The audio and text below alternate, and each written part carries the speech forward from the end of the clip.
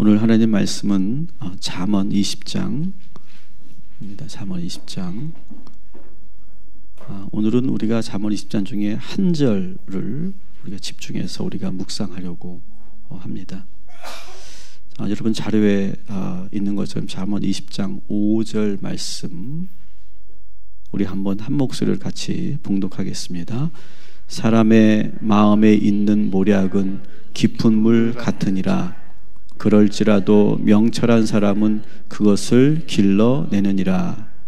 또 밑에 표준세 번역으로 같은 구절을 조금 다르게 번역한 말씀을 같이 읽습니다. 사람의 생각은 깊은 물과 같지만 슬기로운 사람은 그것을 길러낸다. 아멘. 제가 좀 상을 받아가지고 여러분 이해해 주시고요. 네. 이게 무슨 말인지 모르세요? 이걸 꼭 달아야 된다고 저희 딸이 그래가지고 달고 왔습니다. 예. 네, 이거 참 쑥스러운데 이미 여러분은 다 자녀들이 크셔가지고 뭐 이런 세레머니는 없겠지만 아직은 또 이런 날이 있으니까 여러분 이해해 주시고 다 지켜보고 있다고 그래서 뗄 수도 없습니다. 오늘 우리가 잠언 20장에 나오는 이 한 절을 가지고 우리가 집중해서 묵상하려고 하는데요. 이 5절 말씀에서 저는 이 생각, 오늘 이 말씀에 보면 모략이라고 있죠. 모략을 표준세 번역에서는 뭐라고 번역했습니까? 생각이다 이렇게 말했어요. 그러니까 생각에 대해서 오늘 하려고 해요. 우리 인간이 가지고 있는 수많은 생각들, 그걸 우리가 어떻게 바라봐야 되고 어떻게 우리가 처리해야 되는가를 우리가 하려고 하는데요. 이 말씀 그대로 우리가 보면 우리의 마음에는 아주 깊은 웅덩이가 있다. 우리 마음에 아주 깊은 웅덩이가 있고 그 웅덩이는요, 그 너비와 그 깊이가 어마어마하다. 우리가 가늠할 수 없을 만큼의 깊은 웅덩이가 있어요. 우리 마음 안에. 그 깊은 웅덩이 안에는 뭐가 있다고요? 모략이 있다. 모략. 다시 말하면 생각이 있다. 너무너무 많은 생각이 있다라고 하는 거예요. 여러분, 우리는 지금 많은 생각을 하며 살죠. 그죠? 수없는 생각을 합니다. 지금도 생각을 하죠, 여러분. 지금도 여러분 예배 드리면서도 가스불은 끄고 왔나? 그런 생각을 하고 베란다 문을 닫고 온 날인 깜빡 잊어먹었네? 그런 생각을 순간 들어오기도 하고요. 저 같은 경우는 오늘 어버이날이라 많이 안 오셨네? 그런 생각을 또 순간 하게 되고요. 수많은 생각을 하죠. 오늘 과연 목사님은 오늘 설교를 몇 분이나 하실까? 그런 생각도 하고요. 순간순간 우리에게는요, 계속 생각이 들어오고 나가고 합니다. 우리가 예배에 집중하는 것 같지만 지금 제가 말씀드린 이 순간에도 생각은 계속 움직이고 계속 흐르고 막 여기저기 돌아다니죠. 생각은 마치 연기와 같아요. 연기와 같아서 막 우리가 붙잡을 수가 없어요. 여기저기로 돌아다니죠. 붙잡아 맬 수가 없어요. 여러분, 사람이 하루에 몇 번의 생각을 할까요? 제가 언젠가 여러분이 말씀드린 적도 있는데 몇 번의 생각을 하루에 할까요? 우리 할머니가 그랬던 생각이 있어요. 야, 너는 거기 쭈그리고 앉아서 5만 가지 생각을 다 하고 있네. 그렇게 말씀하신 적이 있거든요. 그래서 몇 번 생각한다고요? 5만 가지 생각을 한다. 실제로 개미라고 하는 소설을 쓴 베르나르 베르베르라고 하는 이 작가가 상대적이며 절대적인 지식의 백과사전이라는 책이 있는데 그 책에 보면 인간은 하루에 4만 가지의 생각을 한다. 비슷하죠. 도형이나 서형이나. 그런데 그 4만 가지 생각 중에 90%는 전날에 있었던 생각을 하고 또 90%는 부정적인 생각을 한다. 또 다른 그 관점이 또 있어요. 여러분, 일십, 백, 천만 할 때 그 억 있죠. 억. 여러분, 억이라는 단어를 제가 보니까요, 놀랍더라고요. 제가 PPT를 잠깐 보여드릴게요. 이 억이라는 단어를 보면요, 이렇게 되어 있어요. 한 사람이 하루에 일어나는 생각을 말하고 있는데, 생각과 마음이 일어나는데 이것이 억이래요. 그러니까 이 한자로 본다면 하루에 몇 번을 생각하는 거예요? 1억 번을 생각한다. 그래서 억자다. 이렇게 표현하기도 합니다. 이건 과학적으로 증명된 것은 아니에요. 어쨌든 공통적인 뭐예요? 1억 번이든 5만 번이든 4만 번이든 우리는 정말 하루에 정말 많은 생각을 하며 살고 있다라고 하는 거죠. 그래서 오늘 이 잠언 20장 5절에도 우리 마음속에 그 끝을 알 수 없는 수많은 생각이 계속 솟아나온다. 그렇게 말씀하고 있어요. 그런데 여러분, 이 대부분의 생각들은 어떻다고요? 부정적이다. 여러분, 이것을 꼭 기억하세요. 생각 자체는요, 부정적으로 방향으로 흘러요. 그래서 여러분, 가만히 앉아서 생각만 해보면 아실 거예요. 그런 경험이 있을 거예요. 가만히 앉아서 생각하면, 계속 생각하고 있으면 어떻게 합니까? 갑자기 마음이 불편해지고요, 불안해지고요, 우울해지는 거예요. 생각만 하고 있기 때문에 그런 거예요. 생각 그 자체가 부정적인 방향으로 흘러가기 때문에 그런 거예요. 우리는 마음이 흐르는 대로, 생각이 흘러가는 대로 따라가면 안 돼요. 제가 누차 말씀드리죠. 마음이 따라가는 대로 가면 큰일 난다. 마찬가지예요. 생각이 흐르는 대로 따라가면 여러분 큰일 나요. 왜? 부정적으로 우리를 이끌고 가거든요. 그래서 5절 말씀을 보니까 이 깊은 웅덩이 같은 마음속에 떠오르는 수많은 그러한 생각들을 어떻게 하라고? 잘 분별하고 나에게 유익하고 필요한 생각을 마치 우는 물을 길어 올리듯이 잘 길어 올리는 사람, 이 사람이 바로 지혜로운 사람이다, 이렇게 말하고 있어요. 지혜로운 사람은 다시 말씀드리면 어떤 사람이냐? 수많은 생각 속에서 좋은 생각을 길어 올려서 나 스스로가 건강하고 행복하게, 그리고 현명한 선택을 하도록, 행동하도록 만드는 사람, 그것이 지혜로운 사람이다 라고 말씀하시는 거예요. 참 놀라운 말씀이지 않습니까? 저는 이 잠언의 말씀들을 이렇게 보면 정말 우리 현대사회에서도 정말 필요한 그런 놀라운 깊이 있는 말씀들이 많이 있잖아요. 사랑하는 성도 여러분, 다시 말씀드립니다. 그냥 여러분의 생각과 마음에 흐르는 방향에 따라 여러분의 마음을 맡기시지 마세요. 수없이 솟아오르는 그 생각 속에서 여러분 좋은 생각들을 분류해내고 추출해내고 좋은 생각들을 한 곳에 모을 수 있기를 주님의 이름으로 축복합니다. 제가 이것을 석유로 제가 예를 들어볼게요. 여러분 그림에도 있고 PPT도 보여드리는데, 석유는 원래 아주 시커먼 원유 상태예요. 근데 이 원유 상태를 원유 정제 공정을 통해서 그것을 분류하는 거예요. 그러니까 이 원유를 상압 중류 장치에 넣고 가열을 합니다. 가열을 하면 그 끓는 점에 따라서 그 원유가 분리가 돼요. 그래서 끓는 점에 따라서 중유가 되기도 하고 아스팔트가 되기도 하고 경유가 되기도 하고 등유가 되기도 하고 휘발유가 되기도 하고 LPG가 되기도 한다는 거예요. 이게 우리의 마음과 비슷하다는 거죠. 우리의 마음에 수많은 생각이 아주 시커먼 그런 깊은 웅덩이 속에 가득 차 있는데, 이것을 잘 분류하고 추출해낼 수 있는 능력을 가져야 된다. 여러분 이 시커먼 원유를 여러분 자동차에 여러분 넣는다고 생각해 보세요. 그 자동차 어떻게 될까요? 고장나 버려요. 여러분 경유만, 휘발유차에 경유만 넣어도 그 차가 고장나잖아요. 근데 원유를 넣는다고 생각해 보세요. 그 차는 아예 못 쓰게 될 거예요. 마찬가지입니다. 여러분 우리 마음속에 있는 아무 생각이나 막 붙잡혀 살면 우리의 몸과 마음은 큰 문제가 생겨요. 그래서 우리는 생각을 잘 분리할 수 있어야 돼요. 그러면 우리는 어떻게 이 생각을 분리할 수 있을까?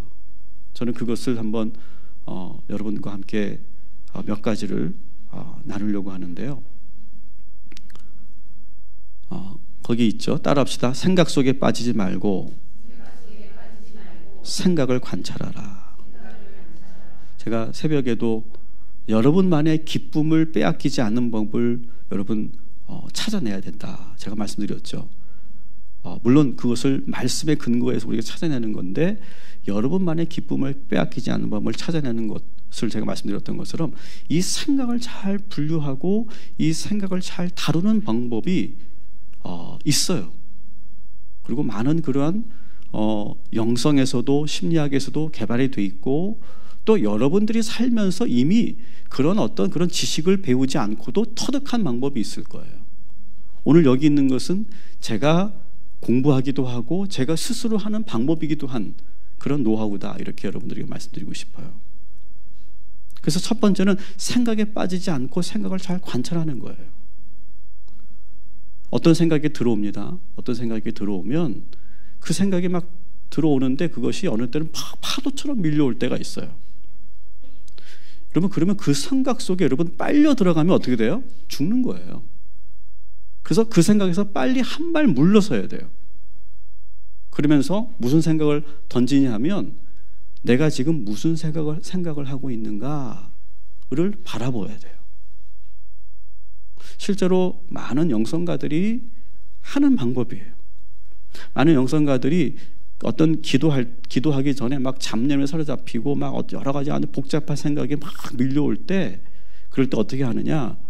그 잡념에 사로잡히지 않기 위해서 생각이 흐르는 다리 위에 올라가. 상상을 하는 거예요. 다리 위에 올라가서 그 흘러가는 나의 생각을 물끄러미 내려다보는 그런 훈련을 해요. 그러니까 여러분, 기도가 처음부터 딱 되는 경우도 있지만 안 될 때 우리가 그렇게 해보라는 거예요. 생각이 아주 많을 때는 그냥 그 생각이 어떻게 흘러가는지 그 생각의 흐름을 그냥 빠지지 말고 거기서 물러서서 그 다리 위에서 그 생각의 물이 막 흘러가는 것을 지켜보고 관찰만 하라는 거예요. 근데 여러분, 이렇게 폭포수 같은 데 있죠. 아주 엄청나게 떨어지는 그 폭포수나 어떤 댐 같은 데 여러분 가시면 항상 가이드들이 그렇게 얘기합니다. 이런 막 물이 엄청나게 막 쏟아지는 그 곳에 가면 사람들이 빨려 들어가고 싶은, 거기에 빠지고 싶은 충동이 들어온다고 그러잖아요. 그래서 조심하셔야 된다고 그러잖아요. 마찬가지 여러분. 막 생각이 밀려오면요, 우리가 그 생각에 풍덩 빠지고 싶은 욕구가, 충동이 생겨요. 근데 그것을 잘 견디면서 그러면서 그 생각을 흘려보내는 거예요. 그 생각을 막지도 말고 막 허우적거리지도 말고 그 생각이 이런 생각이 들어오는구나, 이런 생각을 내가 하고 있구나, 그걸 계속 흘려보내는 거예요. 계속 흘려보내면 언젠가는 그 생각이 이제 그 속도가 늦춰지고 그 생각의 양이 줄어들면서, 그러면서 서서히 내 마음에 안정감이 들어오고 평화가 찾아오는 것을 경험하게 돼요. 그래서 그 생각의 흐름에 빠지지 말고 내려다보는 그런 훈련을 여러분들이 해보시면 좋아요. 근데 문제는 이게 생각만 흘러가는 것이 아니라 그 생각에는 뭐가 같이 동반돼요? 감정이 같이 동반돼요. 그러니까 부정적인 생각이 들어오면 감정도 어떨까요? 당연히 부정적인 감정이 동반되겠죠. 그래서 같이 그것이 들어갑니다. 어떤 생각을 하는 순간 갑자기 감정이 들어오죠. 불편하고 짜증나고 화가 나고 서운하고 막 내가 시기하는 마음이 들고 미워하고 슬픈 생각이 들고, 그럴 때 여러분 거기서 이 생각과 감정이 같이 이렇게 어우러지면요, 그때는 정말 우리가 정말 거기에 휩쓸려 들어가게 되거든요. 거기에 우리가 허우적거리면서 빠지지 말고, 이게 조금 어려우시겠지만 아마 제가 이 설명을 드리면 그게 쉬워요? 그게 돼요? 이렇게 아마 여러분 반문하시겠지만, 여러분 그때 이 생각과 감정을 잘 분리해 본다, 이렇게 한번 상상을 해보세요. 생각을 한번 해보세요. 잘 안 되는 작업이에요. 여러분 물과 기름을 이렇게 다시 분류하는 게 쉽지 않고 원유를 그 석유로 분류하는 게 쉽지 않은 것처럼 쉽지 않은 작업인데 한번 그렇게 상상하고 마음을 먹고 그 생각과 감정을 분리해 본다. 이렇게 한번 해보세요. 그러면 돼요. 100% 되지는 않지만 그게 어느 정도 돼요. 그게 어느 정도만 분리가 되면 그래도 우리가 이 생각을 컨트롤할 수가 있어요. 감정도 마찬가지고요. 그러면서 이렇게 스스로에게 물어보는 거예요. 따라합시다. 왜 나는 이런 생각을 하게 되었는가? 언제부터 이런 생각을 하였는가? 스스로에게 물어보세요. 그러면 어느 때는 그 질문에 내가 이때부터 이런 생각을 하게 됐구나. 내가 이러이러한 것 때문에 이런 생각을 하게 됐구나. 그것을 알게 될 때도 있고요. 모르겠을 때도 있어요, 사실은요. 그런데 답이 안 나온다고 여러분 포기하지 말고 그렇게 질문하는 것 자체가 뭐냐면 그 생각과 감정으로부터 한 발 물러서는 방법이에요. 그것이 한번 이렇게 나를 내가 왜 이런 생각을 하게 됐지? 라고 하는 거예요. 그러면서 내가 그 생각을 관찰할 수 있는 그러한 관계가 되는 거예요.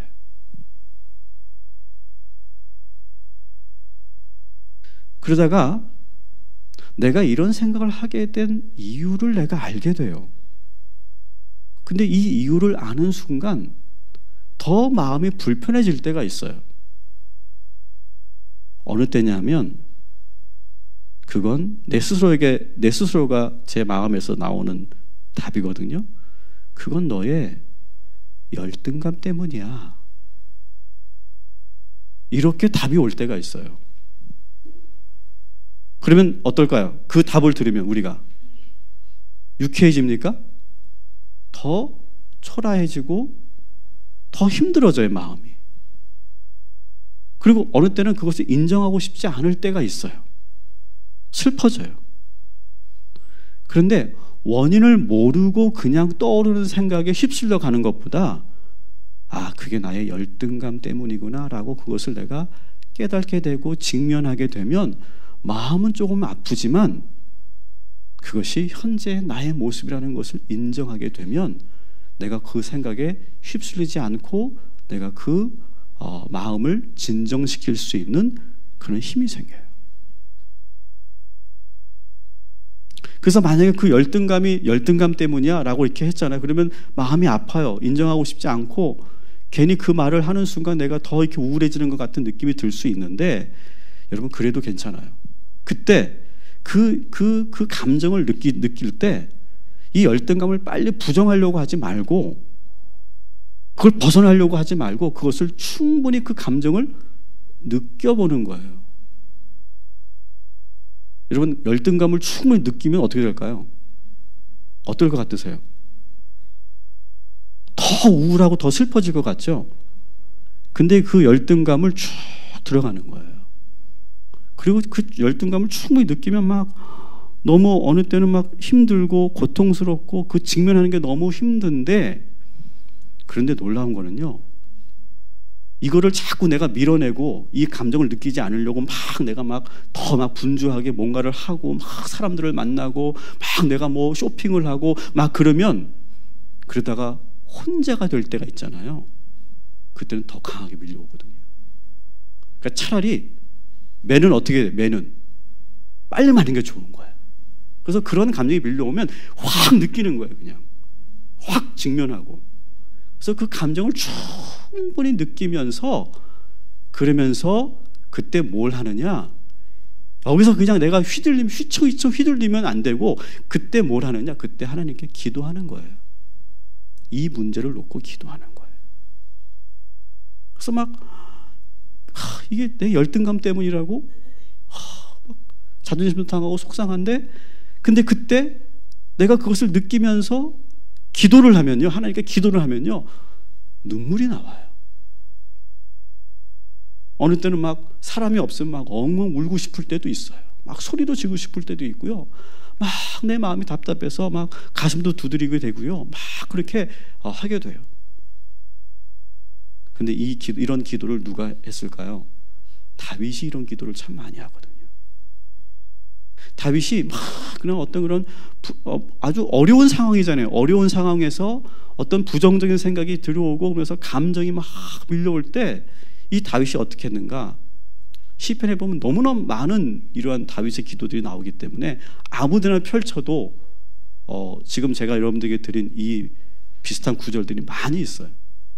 한번 같이 시편 119편 28절을 같이 읽어보겠습니다. 시작. 나의 영혼이 눌림으로 말미암아 녹사오니 주의 말씀대로 나를 세우소서. 아멘. 자 보세요. 영혼이 어떻게 된다고요? 눌리고 있어요. 완전히 막 짓눌리고 있고요. 그리고 마음이 어떻게 돼요? 녹아버리고 있어요. 여러분 이 느낌을 아세요? 이러한 그 경험을 해보셨어요? 내 마음이 막 녹아지는 거예요. 막 사그러드는 거예요. 그걸 그대로 지금 그냥 앞에 부분만 눌리고 녹는 걸로 그냥 내가 휘청휘청 휘둘리는 것이 아니라 그때 뭐해요? 기도하고 있던 다윗. 이걸 여러분 기억하세요. 또 119편 145절 146절 읽어볼게요. 시작. 여호와여 내가 전심으로 부르짖었사오니 내게 응답하소서. 내가 주의 교훈들을 지키리이다. 내가 주께 부르짖었사오니 나를 구원하소서. 내가 주의 증거들을 지키리이다. 아멘. 이번에는 다윗이 어떻게 부르짖어요. 막 그냥 신음소리를 내는 게 아니라 막 부르짖는 거예요. 저는 우리 교회가 막 그런 부르짖음에 막 그 울음소리가 막 나왔으면 좋겠어요. 저는 그래서 어떤 분들은 교회가 너무 기도할 때 시끄럽고 너무 좀 이렇게 너무 좀 그런 것 같아. 내 기도가 방해되는 것 같아. 그렇게 생각하시는 분들이 종종 있을 텐데요. 저는 그분들에게 오히려 제가 양해를 구하고 싶어요. 여러분 교회는요 마음껏 부르짖을 수 있어야 저는 그것이 좋다고 좀 믿습니다. 막 부르짖을 수 있어야 돼요. 막 눈물로 다른 데 어떻게 울어요, 여러분? 집에서 울 수 있어요? 인터폰 와요. 큰일 났다고. 신고 들어와요. 다 들리잖아요. 저는 적어도 교회에서만큼은 여러분들이 막 부르짖으며 기도하고 막 울며 기도하고 그걸 보면서 내 기도가 방해돼라고 생각하지 않고 오히려 같이 중보해주고 막 우리가 이 안에서만큼은 막 다윗처럼 그렇게 기도하는 내 감정을 다 쏟아내는 저는 그런 교회고 그런 영성이고 그런 교회였으면 좋겠어요. 다윗이 막 부르짖잖아요. 118편 5절도 시작. 내가 고통 중에 여호와께 부르짖었더니 여호와께서 응답하시고 나를 넓은 곳에 세우셨도다. 아멘. 막 고통. 이 고통이 어떤 육체적인 고통이겠어요? 마음의 고통 아니겠어요? 그 마음의 고통 속에서 너무너무 괴로워서 막 부르짖는 거예요. 막. 어느 정도 부르짖었을 거야. 막 이 소리를 아마 여러분들이 한번 느껴보십시오. 그냥 주여 이렇게 한 게 아닐 거 아니겠어요? 막 전심으로 막 그냥 막 피를 토하듯이 부르짖는 거 아니겠어요? 그랬더니 어떻게 돼요? 여호와께서 응답하신다. 그래서 나를 넓게 내 마음을 넓게 시원하게 만드신다는 거예요.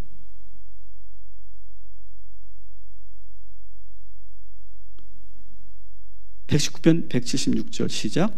이른 양같이 내가 방황하오니 주의 종을 찾으소서. 지금 이 다윗이 막 미친 사람처럼 막 헤매고 다니는 거예요. 막 방황하고 다니는 거예요. 어디로 갈지를 모르는 거예요. 지금 도망자 신세가 돼가지고 지금 방향도 모르겠고 막 이리저리 다니면서 막 어떻게 할지 모르는 그 상황인데 그때 또 기도하는 거죠. 다윗은 주의 종을 찾으소서. 방향을 잡게 하소서.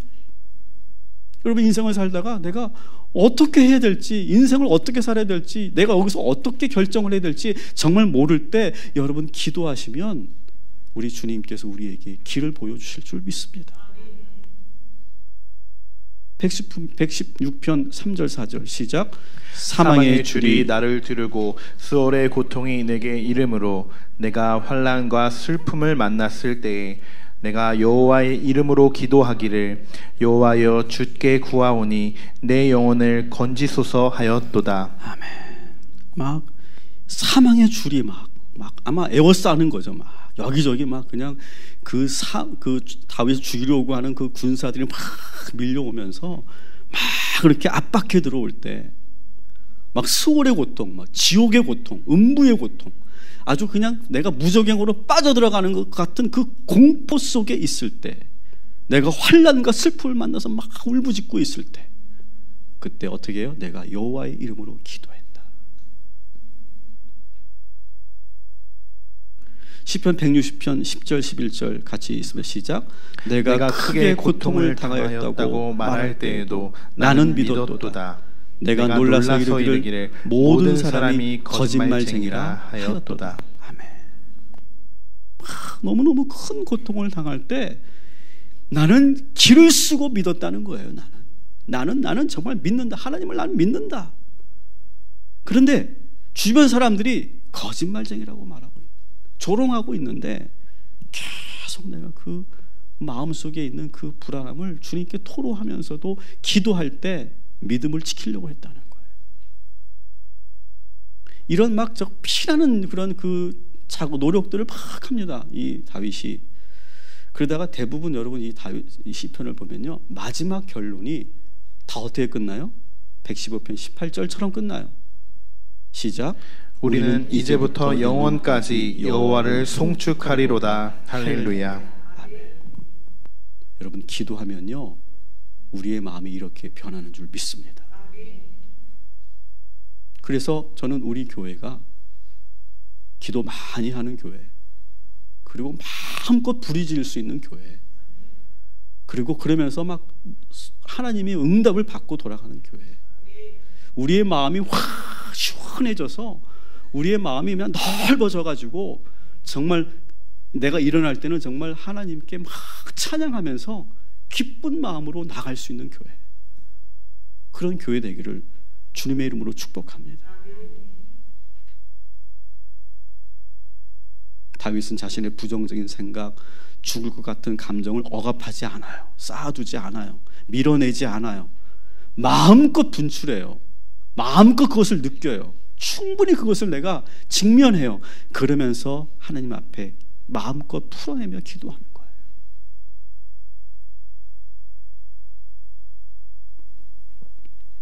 자, 한번 그 방법들을 한번 다시 한번 1번, 2번, 3번, 4번 한번 읽어만 봅시다. 시작. 생각의 흐름을 내려다보기, 생각과 감정을 분리해내기, 왜 이런 생각을 하게 되었는지 스스로에게 물어보기, 느껴지는 감정을 충분히 느껴라. 이걸 한번 그냥 여러분이 한번 어떤 매뉴얼이다 생각하고 한번 계속 해보세요. 도움이 되실 거예요. 제가 나름대로 정리가 됐고 제가 하고 있고 여러 자료들을 통해 말씀을 통해 제가 한 거니까 한번 해보세요. 자, 또 하나의 방법이 있어요. 그 생각을 분류하고 거기서 좋은 생각을 길어내는 또 하나의 방법이 있는데, 따라합시다. 생각의 재료를 바꾸라. 네, 저는 누차 말씀드리지만요, 여러분, 우리의 생각은요 아주 단순합니다. 우리의 생각은요, 지금 내가 무엇을 보고 있고 무엇을 듣고 있고 누구를 만나느냐에 따라서 우리의 생각은 계속 바뀔 수가 있어요. 생각은요, 내가 집어넣은 데이터만큼 나와요. 갑자기 뜬금없이 나오는 게 아니에요, 여러분. 여러분, 부정적인 생각이 그냥 나오는 게 아니에요. 내가 많이 지금 보고 있고 듣고 있고, 그리고 내가 그럴 때 내가 그런 생각이 나오는 거예요. 긍정적인 생각도 갑자기 나오는 게 아니에요. 내가 많이 긍정적인 생각을, 긍정적인 말을 보고 들을 때 그 생각이 나와요. 우리의 생각은 제가 보기에는 좀 단순하다고 생각해요. 아니, 그렇게 저는 생각하는 게 맞다고 생각해요. 여러분, 지금 여러분에게 가장 영향을 미치고 있는 그런 생각이 무엇입니까? 무엇을 그렇게 가장 많이 보고 있고, 무엇을 가장 많이 듣고 있고, 누구와 자주 만나고 있습니까? 공자가 이런 말을 합니다. 사이불학즉 태라고 하는 말을 해요. 어렵지 않은 한자인데요. 한번 보시면 생각만 하면, 공부하지 않고, 불학, 공부하지 않고 생각만 하면 어떻게 되느냐? 위태로운 상황에 빠지게 된다. 이렇게 되어 있어요. 우리가 공부해야 생각이 망상에 빠지지 않게 되고 부정적인 생각에 빠지지 않게 된다는 거예요. 그래서 배우면서 끊임없이 생각하고 치열하게 고민하는 과정이 있어야 좋은 생각을 길어낼 수 있는 거예요. 그래서 우리는 책을 많이 읽어야 돼요. 무엇보다 저는 하나님 말씀을 많이 읽어야 할 줄 믿습니다. 여러분, 우리가 말씀을 계속 온전히 배우면요, 그 말씀이 우리의 생각이 돼요. 그 말씀이 우리의 생각에 뭐가 된다고? 재료가 돼요. 재료가. 소스가 돼요. 기본적인. 그래서 그 말씀이 우리의 생각의 재료가 돼서 내가 생각을 할 때 그 말씀에 근거한 생각을 하게 되는 거예요. 그래서 우리 교회는 이 말씀을 저는 중요하게 여기는 거예요. 어떤 분이 저한테 한 3번, 4번 전화를 하셨어요. 저희 교회를 이렇게 방송을 통해, 설교를 통해 저희 교회를 접하고 저희 교회에 관심을 갖고 계신 분이시더라고요. 근데 그분이 계속 3번을 저한테 전화하셨는데 다 똑같은 사람이 아닌 것처럼 전화하시더라고요. 그래서 저도 모른 척하고, 근데 왜냐하면 제가 전화번호가 찍혀 있거든요. 그리고 제가 우리 교회 홈페이지도 보내드린 적도 있고, 그러니까 똑같은 번호가 뜨니까 제가 알잖아요. 근데 계속 처음 전화하는 것처럼 전화합니다. 근데 똑같은 말을 하세요. 목사님 교회는 영적으로 센가요? 그래서 세다는 게 어떤 말씀이시죠? 그랬더니 자기는 성령의 그런 그 능력을 저는 사모하고 막 제가 몸이 안 좋은데 치유를 받기를 원하신대요. 저희 교회 오시면 분명히 치유가 되고 그런 은혜를 받으실 수 있습니다. 그러나 저는 성령 사역을 일부러 하지는 않습니다. 그러니까 왜요? 그 좋은 걸 저는 기도하지만 거기엔 분명히 저는 일정 정도의 폐해가 있다고 저는 경험으로 알고 있기 때문에 저는 인위적으로 성령 사역을 하거나 치유 사역을 하거나 막 뭔가 은사를 막 동원하거나 저는 그렇게는 하지 않습니다. 제가 그렇게 말씀드린 적이 있어요. 하지만 한번 저희 교회 꼭 한번 와 보십시오. 제가 이렇게 권면을 드렸거든요. 저는 강조하는 거 있어요. 그런 성령의 사역, 치유 사역, 축사, 막 그런 은사 사역, 막 저는 그런 것도 중요하게 제가 그것을 간과하지는 않지만, 가볍게 여기지는 않지만, 말씀이 내 안에 들어오면요, 그게 능력이 되더라고요. 말씀이 내 생각을 바꾸고요, 말씀이 능력이 돼서 그렇게 살게 되고요, 그러면 놀라운 능력이 나타나요. 저는 그거면 된다고 생각해요. 여러분, 오늘 이 20장 5절이 얼마나 귀한 말씀입니까? 여러분, 잠언 읽으면서 여러분 이렇게 귀한 말씀이라는 걸 느끼셨어요?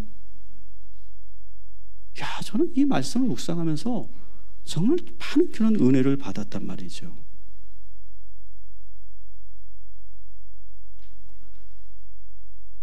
저는 이런 걸 하고 싶어요. 여러분들 별로 안 좋아하실 것 같아서 제가 아직 시작 안 하고 있는데, 독서 모임 같은 거 해보고 싶어요. 독서 모임. 이제 여러분 책을 별로 안 좋아하시는 것 같아서, 그리고 책을 읽어와라 그러면 책은 좋아하시는데 읽어와라 그러면 또 별로 안 좋아하시잖아. 숙제 받는 느낌 들어가지고. 그리고 또 목사님하고 또 그런 얘기를 하는 걸 좀 어려워하실 것 같아서 제가 지금은 안 하고 있는데 한 10명만 모이면 제가 해보려고. 그래서 좋은 책을 읽는 거예요. 좋은 책. 신앙적인 책도 많이 읽고 그러면서도 아주 좋은 책들이 많이 나와 있어요. 그래서 그 책들을 같이 읽는 거예요. 그러면 그것이 뭘 계속 할까요? 우리의 생각의 재료를 계속 공급해 주는 거예요. 그러면요, 내가 부정적인 생각을 하려고 해도 안 돼요. 어느 순간부터 자연스럽게 내 생각이 딱 자리가 잡힙니다. 그래서 웬만한 어떠한 그런 말을 들어도 어떤 상황에 노출되어도 크게 요동하지 않고 갈 수 있어요. 표정이 별로 안 좋아하시는 것 같아요. 세 번째가 뭐냐? 따라합시다. 내 생각에 속지 말고 하나님의 생각을 붙잡으라. 저는 부정적인 저의 생각을 끊어내고 극복할 수 있었던 말씀을 제가 만났다. 제가 제자훈련에 제가 했던 간증이었는데 그때 제가 만난 말씀이 이사야 55장 8절부터 9절 말씀이에요. 같이 읽어볼게요. 시작. 이는 내 생각이 너희의 생각과 다르며 내 길은 너희의 길과 다름이니라. 여호와의 말씀이니라.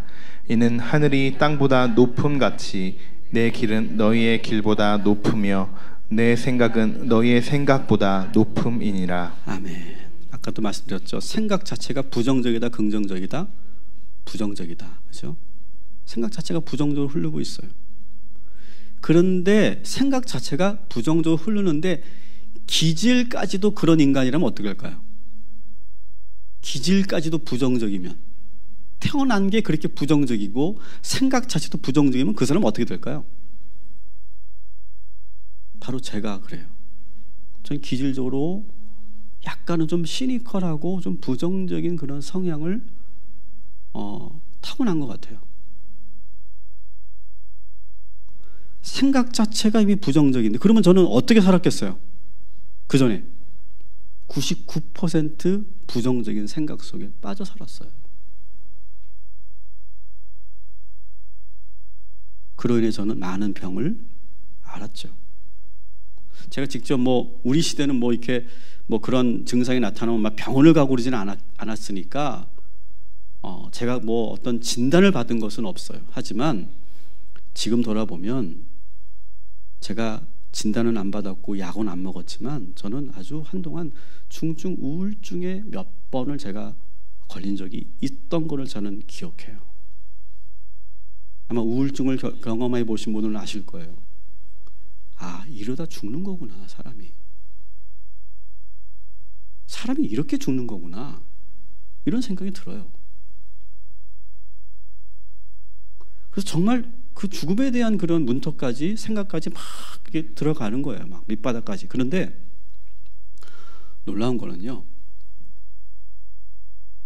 내 한쪽에서는 또 어떤 마음이 드냐면 이대로는 죽고 싶지 않아.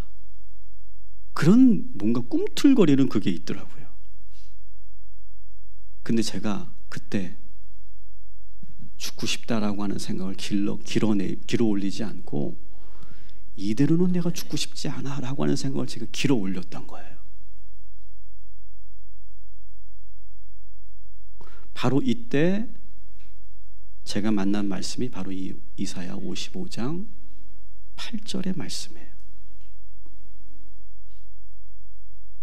이는 내 생각이 너희 생각과 다르며 내 길이 너희의 길과 다름이라. 저는 이 말씀을 제 레마의 말씀으로 받아들이는 순간 저는 어떻게 하기로 결단했냐면 아예 내가 지금 생각하는 것은 믿지 않기로 작정했어요. 내 생각을 나는 믿지 않겠다. 왜? 나는 기질적으로 그런 사람이고 생각 자체가 부정적인데 여기에 내가 좌지우지되고 여기에 내가 끌려다니면 나 또 옛날 같은 그런 상태가 될 거고 나는 정말 죽을지도 모르겠다. 그런 생각을 제가 하게 됐어요. 그래서 저는 제 생각을 믿지 않습니다. 내 생각 믿지 않아요.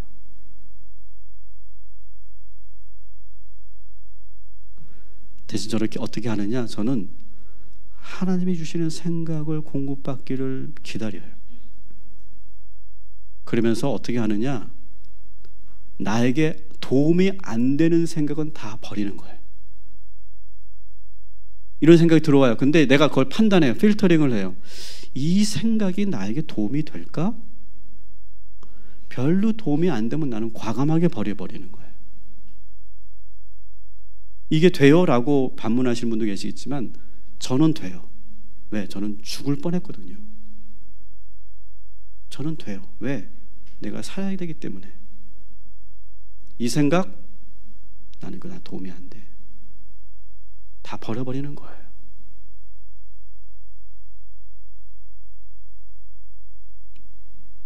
수많은 생각이 밀려오죠. 지금도요.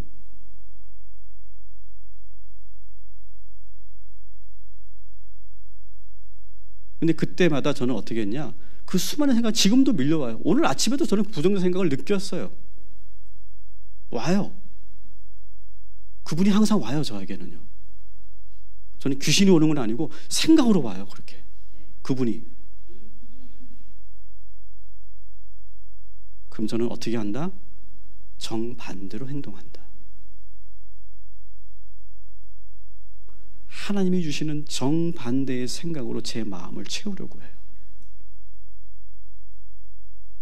이게 처음에는 쉽지 않지만 제 말씀을 믿고 여러분 그렇게 해보시면 어느 정도 도움이 되실 거고, 여러분의 생각에 끌려다니지 않고 하나님의 생각으로 우리가 살게 될 줄 믿습니다.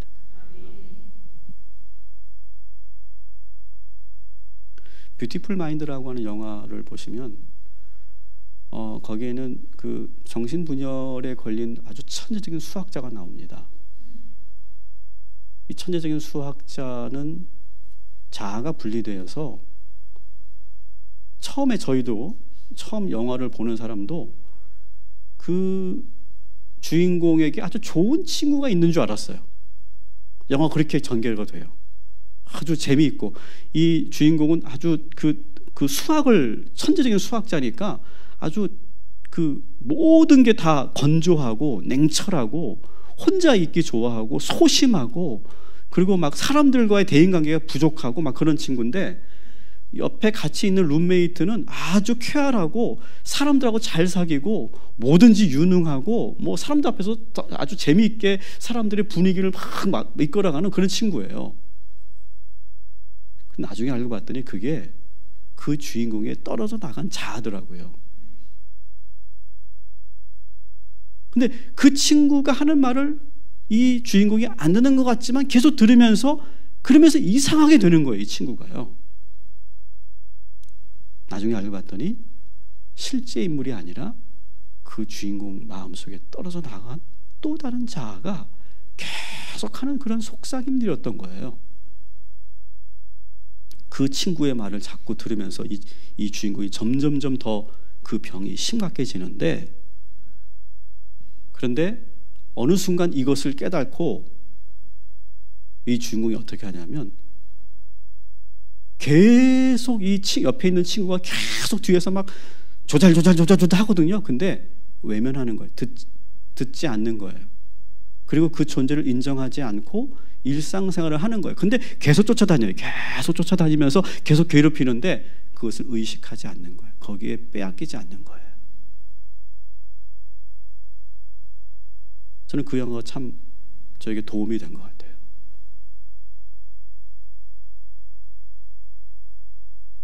여러분, 어쩌면 여러분들도 제가 하는 이 영화 이야기나 저의 말을 이해가 되시는 분들이 있을 거예요. 아마 어쩌면 여러분도 경험해 보신 분들이 계실 거예요.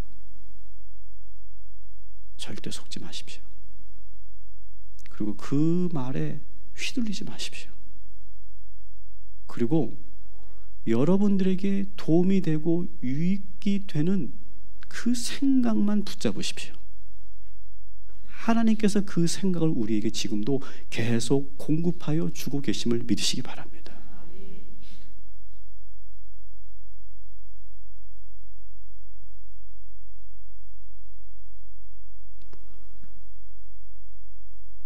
그래서 저는 오늘 이 마지막 말씀을 우리가 다시 한번 죄송합니다. 근데 이 말씀을 이렇게 분리하고 그것을 하기가 쉽지 않은데 또 하나의 방법을 저에게 하나님께서 가르쳐 주신 것이 에스겔서의 말씀이에요. 에스겔 36장 25절부터 27절까지의 말씀인데요. 같이 읽어볼게요. 시작. 맑은 물을 너희에게 뿌려서 너희로 정결하게 하되 곧 너희 모든 더러운 것에서와 모든 우상 숭배에서 너희를 정결하게 할 것이며 또 새 영을 너희 속에 두고 새 마음을 너희에게 주되 너희 육신에서 굳은 마음을 제거하고 부드러운 마음을 줄 것이며 또 내 영을 너희 속에 두어 너희로 내 율례를 행하게 하리니 너희가 내 규례를 지켜 행할지라. 아멘. 그래서 저는 이 말씀이 또 저에게 두 번째 레마의 말씀이 되면서 부정적인 생각이 들어올 때마다 저는 이 말씀을 묵상해요. 그러면서 말씀 그대로 하는 거예요. 맑은 물로 나를 씻어 주시옵소서. 맑고 깨끗한 물로 내 마음을 씻어 주시는 거예요. 지금 주의 말씀이 내가 기도할 때 맑은 물이 하늘 위에서 쭉 쏟아지는 거예요. 시원한 내가 폭포수를 받듯이 막 하는 거예요. 그래서 내 마음이 깨끗해지는 것을 내가 느끼는 거예요. 그러면서 어떻게 해요? 새 영을 이번에는 새 영을 내 마음속에 주입시켜 주시는 거예요. 새 영이 들어오니까 내 마음이 어떻게 돼요?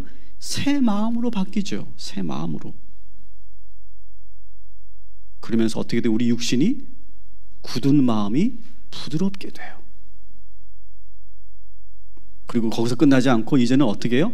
하나님의 영을 부어주셔서 내가 어떻게 살게 돼요? 내가 주의 율례를 지키게 하신다.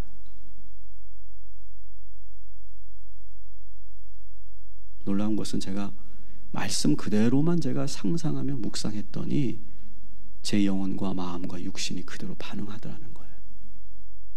꼭 한번 해보세요. 에스겔이 그냥 이걸 썼겠어요? 자기가 영적으로 체험하고 지금 이걸 표현하는 거예요, 여러분. 맑은 물을 경험하고 새 영이 내 안에 들어오는 걸 경험하고 하나님의 영이 내 안에 쑥 들어와서 나를 새롭게 하는 것을 경험하는 거예요.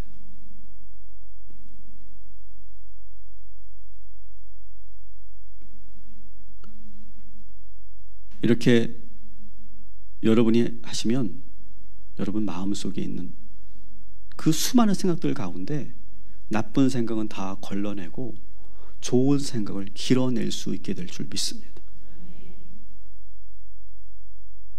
여러분의 마음은 처음에 웅덩이였다고 그랬어요. 그죠? 웅덩이. 근데 이 웅덩이는 흙탕물이에요. 흙탕물인데 계속 이런 작업을 하다 보면 이 웅덩이가 뭘로 바뀌느냐? 깨끗한 우물물로 바뀌어요. 여러분 아무 데서나 물을 기르면 안 되잖아요. 깨끗한 물이 나오는 우물물에서만 물을 길러야 되잖아요. 근데 우리의 마음이 깨끗한 우물물이 바뀌어요. 수심이 아주 깊은 우물물에 길게 늘어뜨린 바가지. 그걸 상상해 보세요. 우리 어릴 때 우물물 마셔봤잖아요. 그 우물물을 내가 내리기 위해서 한참을 내가 그 줄을 내리면 어떻게 됩니까? 물에 탁 닿는 순간 출렁하고 바가지가 닿는 걸 느끼죠. 그때 어떻게 해요? 그것을 이렇게 밧줄로 이렇게 해가지고 길러내는 거죠. 그리고 잡아당기는 거죠. 그리고 그 바가지에 담긴 시원한 물을 한번 마셔보세요. 20장 5절의 말씀이 바로 그런 말씀 아니에요?